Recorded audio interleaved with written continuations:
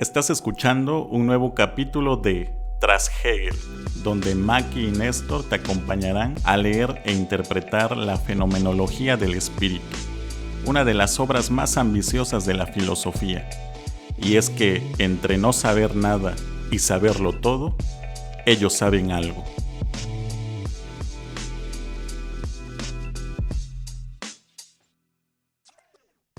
Hola, bienvenidos a un nuevo capítulo de Tras Hegel, el primer podcast de filosofía en español donde leemos e interpretamos la fenomenología del espíritu de principio a fin. Yo soy Maki. Y yo soy Néstor. ¿Y qué vimos en el capítulo anterior? En el apartado anterior, que fue bastante claro, analizamos la noción de riqueza y del poder del Estado, pero ya considerándolos como el mismo sujeto los juzga y que de repente aparecen como buenos y de repente aparecen como malos, dependiendo mucho de la realidad social, económica, cultural en la cual ellos se encuentren. En este capítulo vamos a terminar el apartado 1 leyendo el apartado gamma, el servicio y el consejo.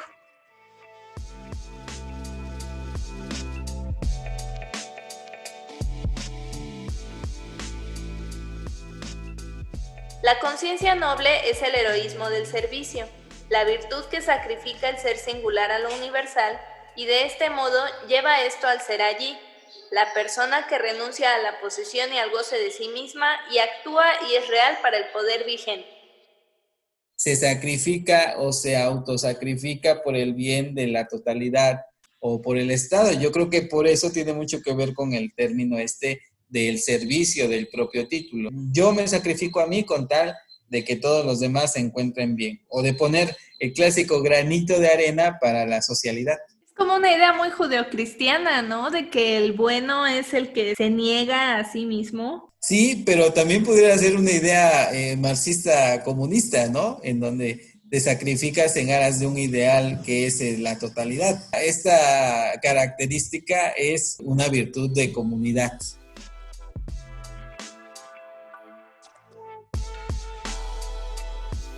Este obrar que agrupa la esencia y el sí mismo hace brotar la doble realidad.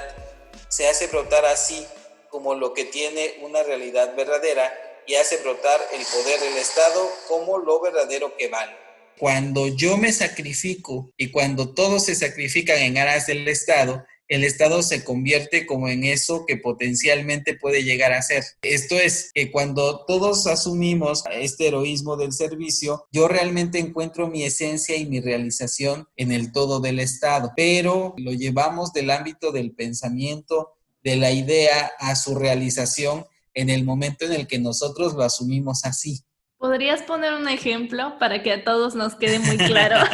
Ahorita pongamos por caso de que el Estado nos dice, les recomendamos a todos que no salgan de sus casas en la medida de sus posibilidades. Y en la medida de nuestras posibilidades, los más que podemos, nos quedamos todos guardados en el hogar, porque decidimos que más importante que mi satisfacción de irme a pasear, más importante que el hecho de estar trabajando, si así me lo piden, y demás, yo prefiero el bien de la comunidad, me encierro, y todos obramos así, y el día de mañana la curva, esta famosa curva de los casos, empieza a bajar, y entonces ya estamos trabajando por un tipo de bien colectivo y de un sacrificio, obviamente un ejemplo muy simple, ¿no? Muy simplón y a lo mejor sin mucho matiz, pero el chiste es que puede llevarse a cabo este bien comunitario toda vez que una persona y varias personas más realmente sean capaces de sacrificarse para el bien de todos. Por eso estamos hablando del heroísmo del servicio.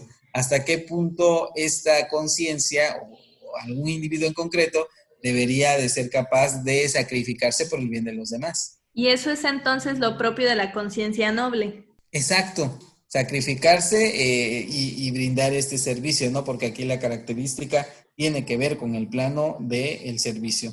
¿Cómo nos cuesta trabajo hacer cosas por los demás cuando me afectan a mí, aunque sea en un grado mínimo, ¿no? Esta noción del servicio, yo creo que si todos la implementáramos, podríamos sacar adelante muchas realidades que estamos enfrentando, incluso con lo que decíamos, ¿no? O sea, el Estado condona ciertos pagos de impuestos a ciertas empresas. Las empresas mandan a la gente, a los trabajadores no esenciales para la reproducción de la vida, los mandan con su sueldo o con un sueldo considerado, ¿no? A sus casas sin que haya ningún tipo de problema.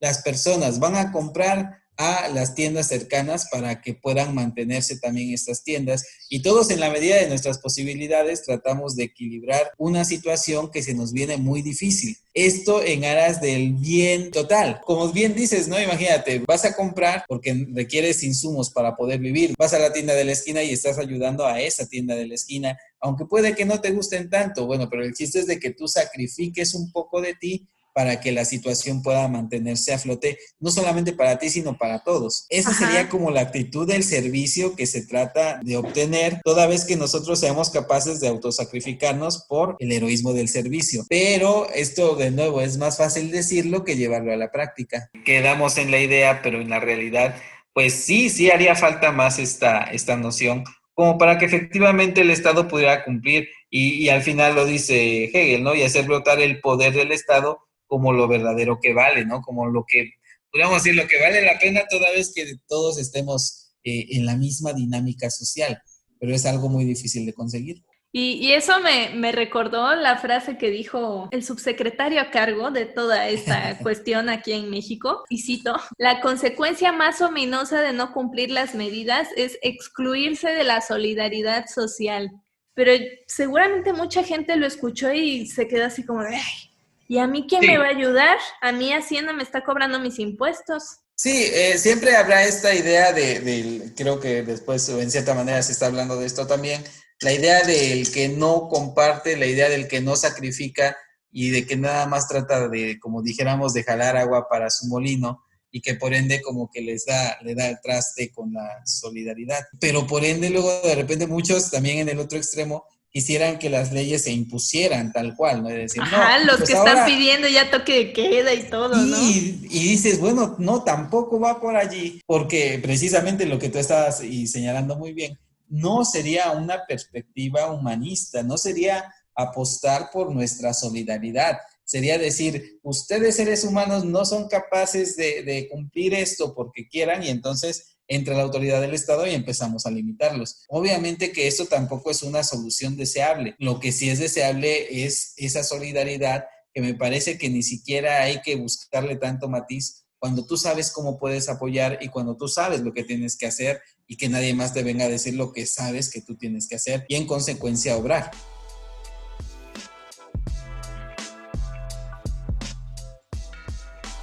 Por tanto, esta autoconciencia vale en el pensamiento de ellos y es honrada. Es el orgulloso vasallo que actúa en beneficio del poder del Estado, en la medida en que éste no es una voluntad propia, sino una voluntad esencial. Sí podríamos relacionarlo con lo que decías de la Edad Media a lo mejor, ¿no? El Estado en gran parte, o sea, los reyes y eso, pues sí veían por sus intereses, pero no había como una ideología que condujera el camino que seguía la sociedad. Y es que ahí la dinámica social tendría que ver con cómo nos situamos nosotros y que tiene mucho que ver de nuevo con una estructura casi medieval. Aquí aparece el concepto del vasallo y lo que me hace pensar es que en la Edad Media tú te relacionas con la autoridad de una manera así como servil, como pues sí, lo que usted mande yo lo hago, ¿no? Ajá, Pero o sea, solo te dan la ley. Exacto, y muchas de las veces, incluso en la época contemporánea, uno asume esta perspectiva del buen ciudadano como el que acata todo, pero te da este honor, pues un tipo de espíritu de vasallaje, pudiéramos decirlo así, porque entonces no es que tú tengas la rienda del Estado, sino que te comportas como un siervo delante de un amo. Y puede ser un buen siervo, pero eso no significa que seas en cuanto tal un buen ciudadano, que puedas constituir al Estado desde sus propias bases, porque a final de cuentas de eso se trata, de darle y empoderar no solamente al Estado, sino también a los individuos que constituyen al Estado. Entonces, ¿es a eso a lo que se refiere con que el Estado todavía no es consciente de que es el Estado? Sí, porque solamente estamos en una dinámica que yo repetiría es bastante medievalista por esta dinámica, ¿no? Es un siervo y un señor similar a la dialéctica del amo y del esclavo, pero al menos aquí ya hablándolo en términos de sociedad, en términos de que existe un Estado ya concreto y ciudadanos que pueden mostrarse o serviles o más empoderados o más determinantes. De hecho, por eso también esta otra noción que sería el consejo. Yo aconsejo, ¿no? Pero no es, una cosa es aconsejar y otra cosa es mandar. Entonces, un consejo se puede seguir o no se puede seguir. Por eso solamente el vasallo está en condición de dar consejos a quien es su autoridad. Por eso autoridad. Dice, su lenguaje, si se comportase ante la voluntad propia del poder del Estado, que aún no ha llegado a ser, sería el consejo